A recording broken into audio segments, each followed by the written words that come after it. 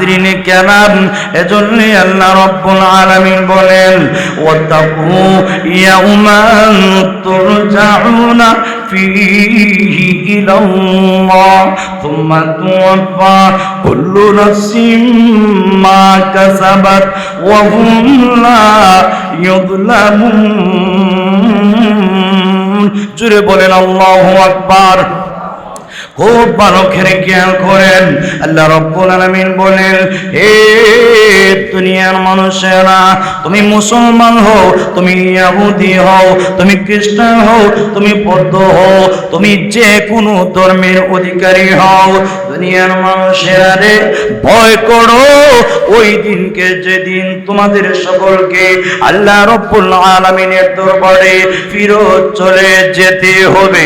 ওয়াতাকু ইয়াউমান তুরজাউনা ফীহি ইলাল্লাহ।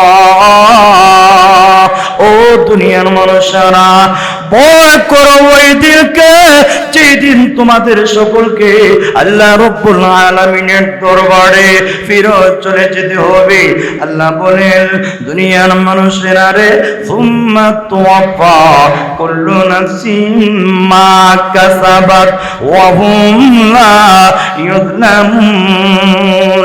এরপরে প্রত্যেকটা মানুষ জীবনে যা যা কামাই করেছে প্রত্যেকের কর্মের পরিপূর্ণ জাযা, প্রত্যেকের কর্মের পরিপূর্ণ বদলা প্রত্যেকটা মানুষকে দেওয়া হবে। জোরে বলেন সুবহানাল্লাহ। হাজরিনে কেরাম, আল্লাহ যে বললেন ওই দিনকে ভয় করো যেই দিন তোমাদের সকলকে আল্লাহ রাব্বুল আলামিনের দরবারে ফিরত চলে যেতে হবে। আল ইয়াউমুল মুহাদ্দারু মিনহু মা হুয়া, আল্লাহ যে বললেন ওই দিনকে ভয় করো, ওই দিন বলতে কোন দিনকে বোঝানো হয়েছে? হাজরিনে কেরাম, তাফসীরের কিতাবে উল্লেখ করা হয়েছে ওই দিন বলতে কিয়ামতের দিন। সুবহানাল্লাহ। ওই কিয়ামতের দিনকে ভয় করো যেদিন তোমাদের সব মানুষকে আল্লাহর দরবারে ফিরত চলে যেতে হবে। হাজরিনে কেরাম, ওই দিন অবস্থা এমন হবে সূর্য একদম মাথার কাছে চলে আসবে, নিচের জমিন হবে তামার জমিন। আল্লাহ রাব্বুল আলামিন এক একটা করে যখন হুঙ্কার দিবেন, বলো লিমানিল মুলকুল ইয়াউম, বলো আজকের দিনের রাজত্ব কার? কোথায় নমরুদ, কোথায় ফেরাউন, কোথায় হামান, কোথায় আমেরিকার বুশ? বলো আজকের দিনের বিচারের মালিক কে? আজকের দিনের রাজত্বের মালিক কে? আল্লাহ যখন এইভাবে হুঙ্কার দিবেন, কোন মানুষের জবান দিয়া একটা শব্দ পর্যন্ত বের হবে না। সব নবীরা পর্যন্ত উম্মতের কথা বলে যাবে, প্রত্যেকে আওয়াজ দিয়ে বলবে রব্বি নফসি রব্বি নফসি। আল্লাহ উম্মতের দরকার নাই, আল্লাহ আমাকে বাঁচাও। লিকুল্লি ইমরিইম মিনহুম ইয়াউমা ইযিন শানুন ইউগনিহি। আল্লাহ বলেন ওই কিয়ামতের কঠিন ময়দানে প্রত্যেকের এমন এমন একটা অবস্থা হবে, এমন একটা হালত হবে যে হালতে সব কিছু থেকে তাকে বেনিয়াজ করে ফেলবে। মা তার দুধের বাচ্চার কথা বলে যাবে, স্বামী তার স্ত্রীর কথা বলে যাবে, এক কথায় কেউ কাউকে স্মরণ করবে না। নবীরা পর্যন্ত ওই কিয়ামতের কঠিন ময়দানে আওয়াজ দিয়ে বলবে আল্লাহ গো, উম্মতের দরকার নাই, আমাকে বাঁচাইলে চলবে। ফির সাহেবরা বলবে আল্লাহ মুরিদের দরকার নাই, আমাকে বাঁচাইলে চলবে। ওই কিয়ামতের কঠিন ময়দানে এই হুঙ্কার যেই মাত্র দেওয়া হবে, আল্লাহ যখন বলবেন বলো লিমানিল মুলকুল ইয়াউম, আজকের দিনের রাজত্বের মালিককে, একটা মানুষের জবান দিয়া একটা শব্দ বের হবে না। আল্লাহ তখন নিজেই জবাব দিবেন লিল্লাহিল ওয়াহিদিল কাহ্হার, মহাপরাক্রমশালী, ক্ষমতাধর একমাত্র আল্লাহর জন্যই আজকের দিনের রাজত্ব। একটা বেঈমান কাফেরের জবান দিয়া একটা চুচেরা শব্দ পর্যন্ত বের হবে না। জোরে বলেন সুবহানাল্লাহ। হাজরিনে কেরাম, একটার পর আরেকটা হুঙ্কার দিবেন। লক্ষ্য করে তাকায় দেখুন, আল্লাহ যখন বলবেন ওয়ামতাজুল ইয়াউমা আইয়ুহাল মুজরিমুন, হে পাপিষ্টের দলেরা, ও গুনাহগারের দলেরা, ও সুদখোরের দলেরা, রে ঘুষখোরের দলেরা, আজকের কিয়ামতের কঠিন ময়দানে আমার নেককার বান্দাদের থেকে আলাদা হয়ে যাও। ওরে ষড়যন্ত্রকারীরা, আমার সহজ সরল অবলা মানুষের বিরুদ্ধে করে ষড়যন্ত্র করেছিলে, আজকের কিয়ামতের কঠিন ময়দানে আমার নেককার বান্দাদের থেকে আলাদা হয়ে যাও। ওয়ামতাজুল ইয়াউমা আইয়ুহাল মুজরিমুন, হে মুজরিম গুনাহগারের দলেরা, আজকের কিয়ামতের মাঠে আমার নেককার বান্দাদের থেকে আলাদা হয়ে যাও। যে মাত্রই হুঙ্কার দেওয়া হবে, হাসরের মাঠে মানুষের অবস্থা এমন হবে, ফাইনাল মাফার, কোথায় যাব, ভাববো কোথায় যাওয়ার কোনো জায়গা নাই। আল্লাহ আমি গুনাহগারদের অন্তর্ভুক্ত হয়ে যাই, সকলেই বেকার অস্থির হয়ে আর পেরেশান না জানি আমি নেককারদের থেকে আলাদা হইয়া গুনাহগারদের অন্তর্ভুক্ত হয়ে যায়। জোরে বলেন সুবহানাল্লাহ।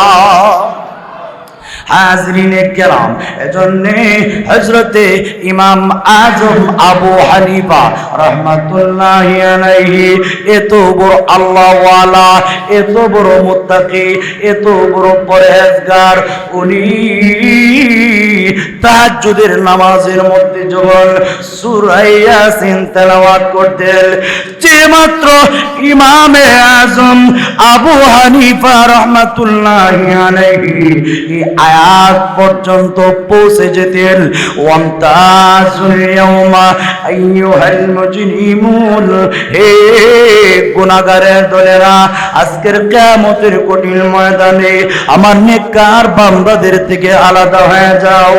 ভাইরা আমার, ইমামে আজম আবু হানিফা রাহমাতুল্লাহি আলাইহি এই আয়াত পর্যন্ত পৌঁছার পরে আর সামনের দিকে তিনি যেতে পারতেন না।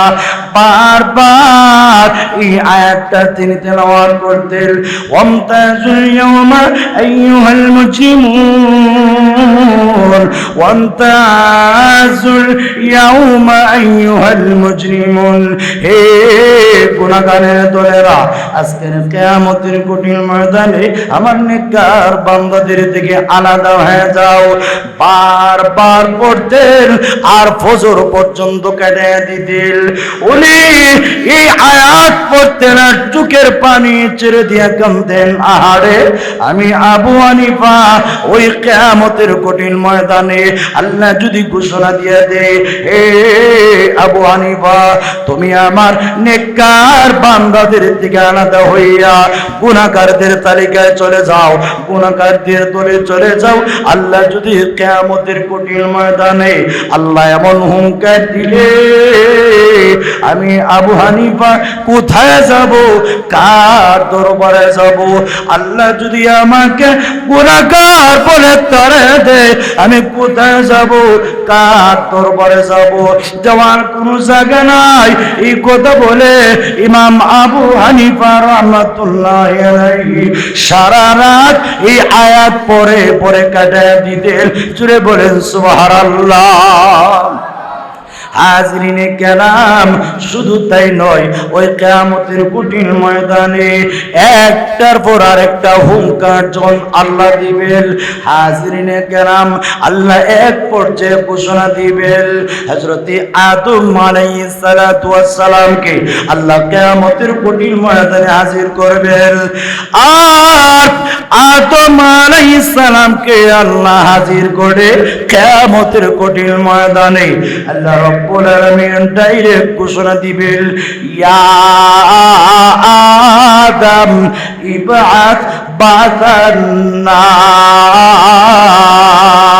ওই কিয়ামতের কঠিন ময়দানে আদম আলাইহিস সালাম আমাদের সকলের আব্বা জান, ওনাকে আল্লাহ ডাক দিয়ে বলবেন, আদম রে তুমি যেহেতু সকলের আব্বা জান, হে আদম আজকের কিয়ামতের কঠিন ময়দানে নেককার এবং গুনাহগার দুই দলে বিভক্ত করে ফেল রে আদম, জান্নাতি এবং জাহান্নামী দুই দলে তুমি বিভক্ত করে নাও।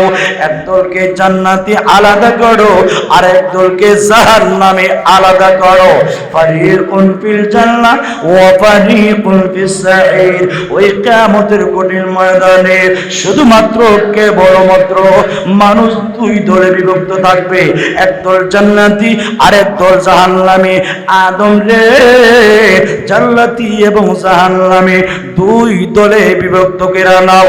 আদম নবী আল্লাহকে ডাক দিয়ে বলবেন, আল্লাহ ও প্রভু, ও আল্লাহ জান্নাতীর সংখ্যা কত, জাহান্নামীর সংখ্যা কত? আল্লাহর নবী বিশ্ব নবী বলেন, আল্লাহ তখন ডাক দিয়ে বলবেন, আদম রে 1000-এ মাত্র একজন জান্নাতি আলাদা করো। আদম 1000-999 জন জাহান্নামী আলাদা করে নাও। জোরে আওয়াজ দিয়ে বলুন নাউজুবিল্লাহ। আল্লাহর নবী বলেন, যেই মাত্র আল্লাহ এই ঘোষণা দিবেন, আল্লাহর হাবিব মুহাম্মদুর রাসূলুল্লাহ বলেন, ওই হাসরের মাঠে এই ঘোষণা শোনার সাথে সাথেই মানুষ পাগল পাড়া হয়ে যাবে। রাসূল বলেন, যে সমস্ত মানুষ যুবক হইয়া হাসরের মাঠে দাঁড়াইছিল, এই ঘোষণা শোনার সাথে সাথেই একদম চুল দাড়ি সাদা হইয়া বড়া হয়ে যাবে। আল্লাহ বলেন, ওয়াতারান নাসা সুকারা, তুমি মানুষকে দেখবে এরা উম্মাদ মাথাল পাগলের মতো। আল্লাহ বলেন, ওয়ামা হুম বিসুকারা, ওরা কিন্তু নেশা জাতীয় কোনো কিছু পান কইরা আজকের কিয়ামতের কঠিন ময়দানে উম্মাদ মাথাল পাগল হয়ে নাই, বরং ওয়ালাকিন্না আযাবাল্লাহি শাদীদ। আল্লাহ রাব্বুল আলামিনের কঠিন আযাবের ভয়ে মানুষের অবস্থা এমন হবে, মা তার দুধের বাচ্চার কথা ভুলে যাবে। এক কথায় শুধু তাই না, আল্লাহ রাসূল আরো বলেন, আল্লাহ নিজে ইরশাদ করেছেন, ওয়াতাদাউ কুল্লু যাতি হামলিন হামলাহা, প্রত্যেকটা গর্ভধারিণী মহিলা তার গর্ভের সন্তানকে কোন দিক দিয়া প্রসব করে ফেলেছে। কিয়ামতের কঠিন ময়দানের এই হুঙ্কার দেখে একজন মহিলা ওই কিয়ামতের কঠিন ময়দানে কোনো খবর থাকবে না।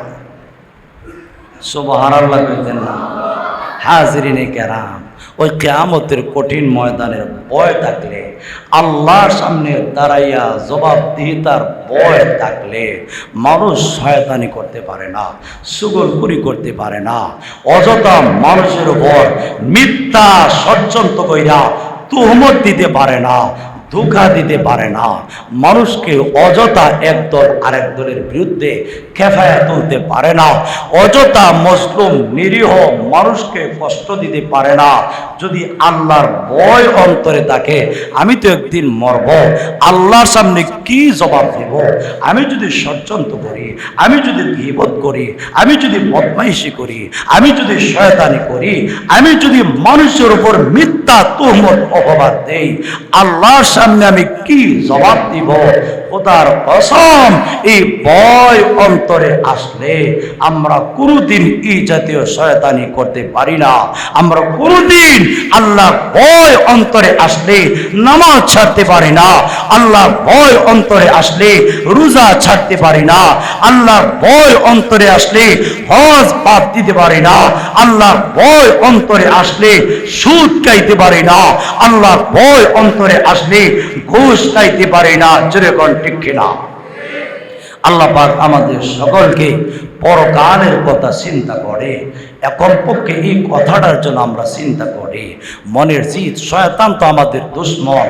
আরেকজনকে ডুবাইতে গিয়া, আরেকজনকে কষ্ট দিতে গিয়া নিজের অস্তিত্ব যেন আমরা হারায়া না ফেলি, আরেকজনকে কষ্ট দিতে গিয়া শয়তানের দুখায় নিজের জিদ মিটাইতে গিয়া নিজে যেন জাহান্নামের আগুনের লাকড়ি যেন না হয়, আরেকজনকে যেন আমরা মিথ্যা কথা বলে ষড়যন্ত্র করে আরেকজন ভাইকে যেন আমি নষ্ট না করি। কমপক্ষে আল্লাহর দিকে তাকাইয়া আল্লাহর ভয় অন্তরে আইনা যেন আমরা এই জাতীয় পাপাচার থেকে আমরা বাঁচতে পারি। আল্লাহ পাক আমাদের সকলকে তৌফিক দান করো।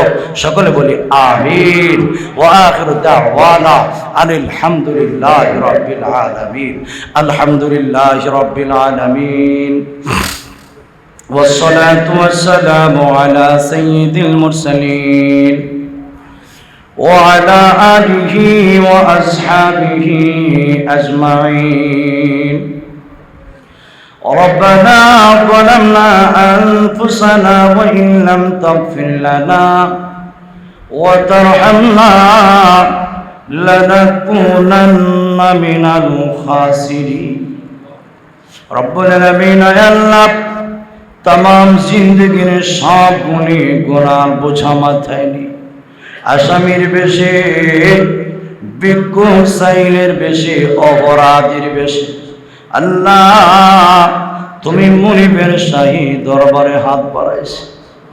अल्लाह मेहरबानी करे आमरा जिंदगीर सब गुली गुनाह तुमी माफ करे दाओ। रब्बुल आलामीन अल्लाह बालिग होवार पर থেকে এই পর্যন্ত যত ধরনের গুনাহ করেছি, জাহিরি বাতিনি, দেখে না দেখে, বুঝে না বুঝে, আল্লাহ সব ধরনের গুনাহ থেকে খালিস দিলে তওবা করলাম। আল্লাহ ওয়াদা দিলাম আর জীবনে কোনোদিন গুনাহ করব না গো। আল্লাহ মেহেরবানি করে আমরা জিন্দেগির সব গুনাহ তুমি মাফ করে দাও। আল্লাহ জানি না গো কার মানাই কার বানাই, আল্লাহ মার কথা বলতে পারি না। 10 মাস 10 দিন মায়ের পেটে অবস্থান করেছি, মার পরিচয় কত নাতি দিয়েছি। আল্লাহ আমরা কেউ তো মার ঋণ শোধ করতে পারি। আল্লাহ আমার কবরে জান্নাতের বাগান বানাইয়া দাও। আল্লাহ আব্বার কবরে জান্নাতের বাগান বানাইয়া দাও।